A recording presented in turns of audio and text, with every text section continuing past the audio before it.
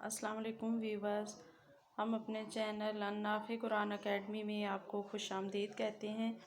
और आज हम घरेलू ख़वातीन के लिए एक टिप लेकर आए हैं जो कि उनके बहुत काम आने वाली है। इसलिए आप इस वीडियो को तवज्जो और ध्यान से और पूरा देखें और इस चैनल को सब्सक्राइब करें ताकि आइंदा आने वाली भी अच्छी से अच्छी वीडियो आप तक पहुंच सके।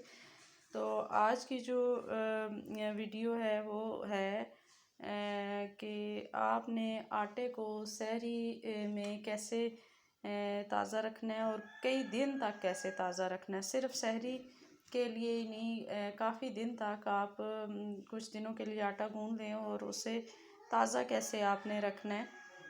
तो उसका तरीका ये है कि आपने एक पतीले में आलू उबाल लेना है और इतने पानी में उबालना है जिससे कि आटा गूंदा जा सके।